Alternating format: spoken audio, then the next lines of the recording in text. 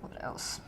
That's pretty much all the colors I want to lay down in my first wash. I might mix a little bit of reddish brown. I think this one's called Brown Matter. Just for the inside of the ears here. I mean, I do the lightest layers first, but since you're doing a wet on wet layer, might as well like charge in all the colors you see at the moment. Okay, so I got that ready. So now I'm gonna spray my watercolor paper, wet the whole thing. And what's the advantage of doing that versus just painting it on with the brush? Oh, it's just faster.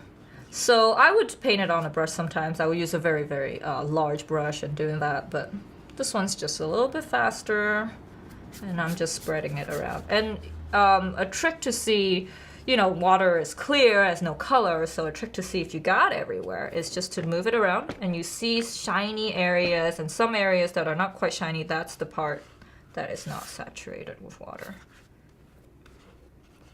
Okay, so you want the whole thing to be wet at the same time. So you don't, if you have some areas are drier than the other, you'll sometimes end up getting like little weird edges that, it might be great accident edges, but you know, you want your accidents to be planned.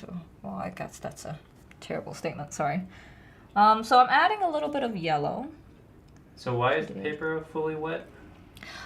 That's when you do wet on wet. This is a technique where you can blend a lot of the colors together seamlessly and you get a lot of soft edges.